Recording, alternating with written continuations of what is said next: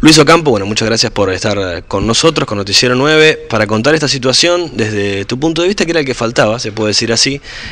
La causa conocida como asado blanco, esta droga que se encontró en Europa, pero que habría partido desde el Chaco, nada más y nada menos, que involucró una serie de personas, incluyéndote a vos. Primero, bueno, preguntarte tu lado de la historia, qué pasó, cómo te enteraste, qué tenés para contarnos. Realmente fue una causa, o es un tema que movió los cimientos, creo que la aduana en general y también en la provincia, que lo afectó tremendamente, porque hace una cuestión netamente de seguridad. Yo en esto me entero cuando arranca la gente de aduana, me pide a mí los videos, las videofilmaciones, y ahí ya tengo un indicio claro de que algo raro había pasado. Pregunto y a partir de ahí me dicen sí, me habían confirmado que se había encontrado cocaína en un contenedor en Portugal. La aduana te pide filmaciones que se habían registrado ¿dónde? En la planta de Quitilipi, que es donde se hicieron las exportaciones, ¿no? La sospecha de la aduana en realidad era ver movimientos o ver quién pudo haber cargado esta droga allí. Lógico, eso es lo primero a lo cual se apunta, digamos, ¿no es cierto? Pero en definitiva, ese primer indicio, nosotros nos pusimos absolutamente a disposición tanto de la aduana como posteriormente de la justicia, y a partir de ahí nos pasó un huracán por la casa, por la oficina, e incluso institucionalmente, porque yo soy el presidente de la Cámara de Comercio Exterior del Chaco, y bueno, siempre ajustado a derecho y poniéndome a disposición de la justicia para aclarar todo lo que necesitaba, ¿no es cierto? Luis, 2 días después de esa visita de la aduana, a vos te detienen, junto a otras personas, pero digo, que estuviste preso. Así es, estuve casi 60 días preso.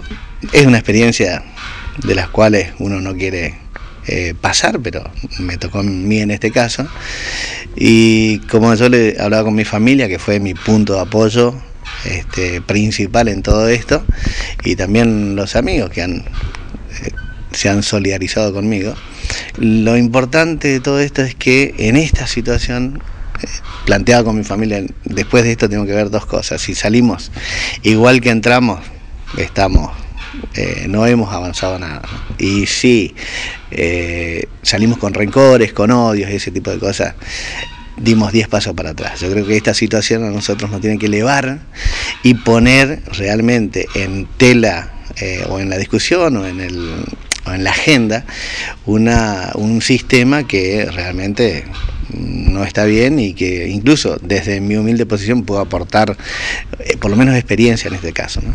Hablando justamente desde tu experiencia, ¿qué pasó? Sí, el tema es el siguiente. Yo creo que las hipótesis son 3. Desde mi humilde opinión, yo no soy un investigador, pero creo que no caben otras que o se cargó en la planta de Quitilipi, se cargó en el camino, en el trayecto, o se cargó en el puerto de Buenos Aires. Si lo que consta en la causa, en principio, es que los precintos no fueron violados, que los contenedores no fueron violados, por lo tanto, ergo se cargó en la planta de Quitilipi. Todo el mundo, o algunos pueden opinar de que puede existir precintos mellizos, que pueden existir alguna manera de adulterar ese tipo de precintos. Eso no consta, todavía no ha aparecido ningún experto diciendo se puede hacer. Por lo tanto, todo indicaría que se hizo en la planta de Quitilipi. ¿Cómo? La verdad que desconozco. Tal vez tiene que ser o algo demasiado complejo, o tal vez algo demasiado sencillo, ¿no? Son cosas que realmente escapan a mi conocimiento, pues no lo tengo. Nosotros tenemos indicios de que la justicia justamente abona esa teoría, ¿no? De que la cocaína se cargó en Quitilipi, o en una zona cercana a Quitilipi podría ser. Incluso hasta se habla de que podría haber sido cargada con comodidad, es decir, con tiempo, mucho antes del día D, por llamarlo de alguna manera. El camino de la droga, de ahí eso va al puerto de Barranquera primero, ¿no es cierto?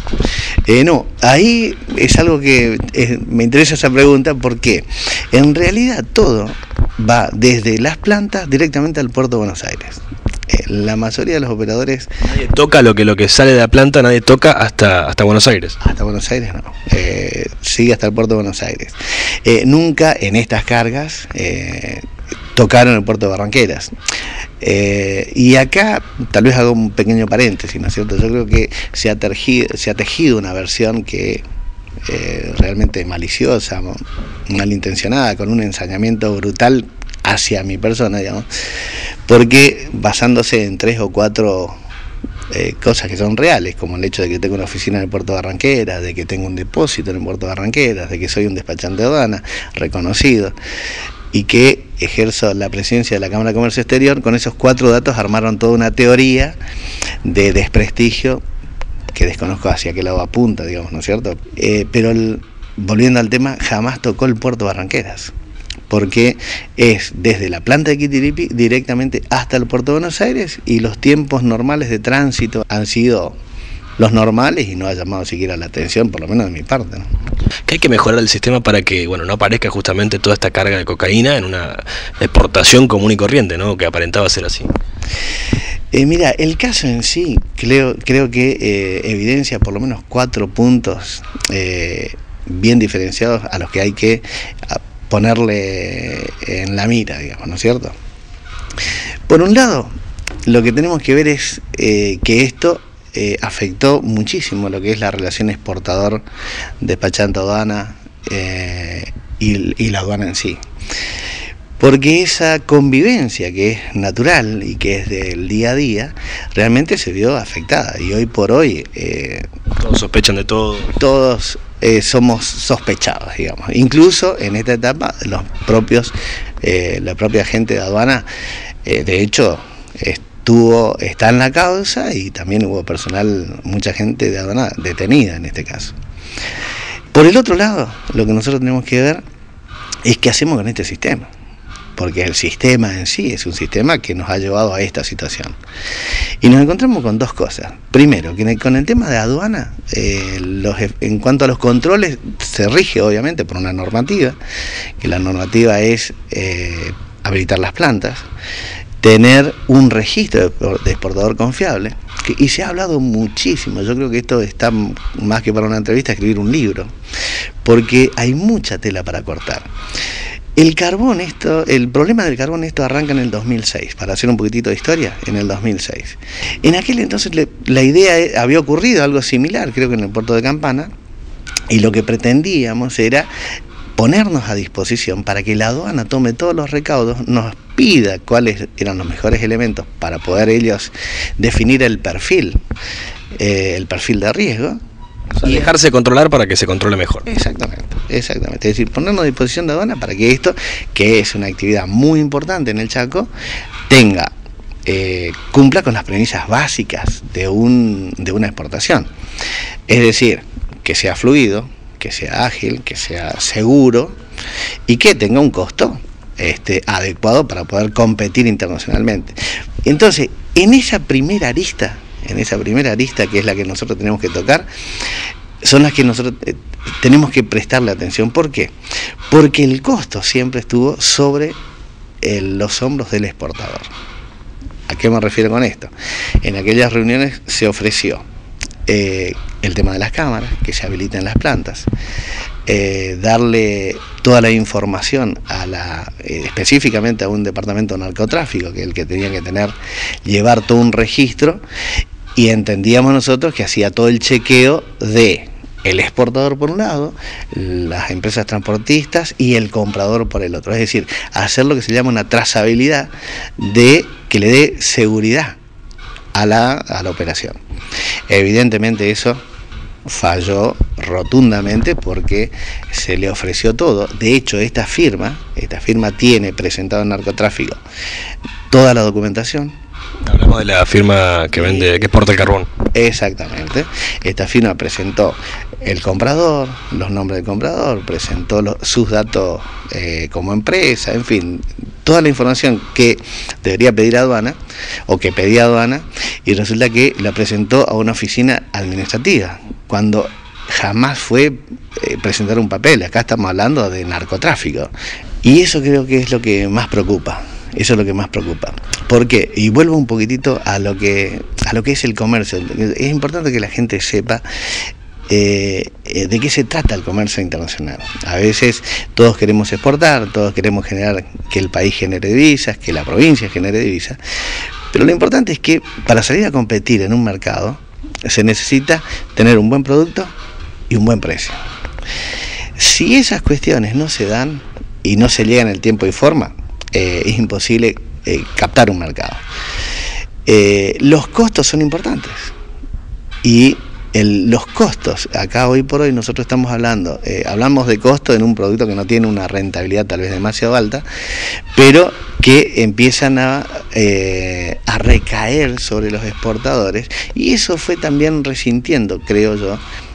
¿Por qué? Porque es imposible que un exportador, un despachante de aduana, tenga que ir a adiestrar canes, o que tenga que ir a ponerle una seguridad privada, o que tenga que recurrir a la policía de su propio bolsillo para dar seguridad a una exportación. Tiene que ser el Estado, digamos. Eso lo tiene que hacer absolutamente el Estado.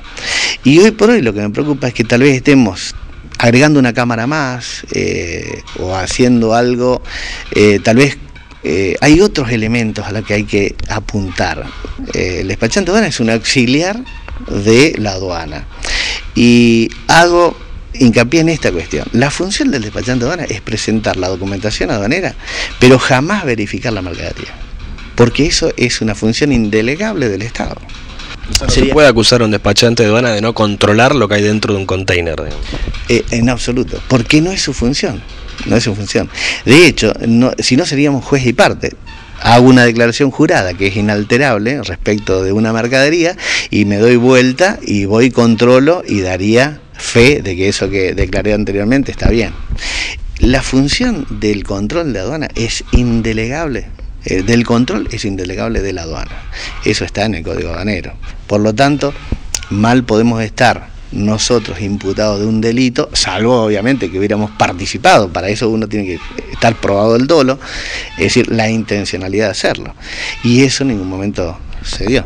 Está claro que por ese motivo te excarcelan posteriormente, pero la justicia en algún momento te mete preso. ¿Qué te dice la justicia? ¿Qué te dijeron? Y en realidad tenía el Código Aduanero, el Código Penal y la Ley de Estupefacientes sobre nuestras cabezas.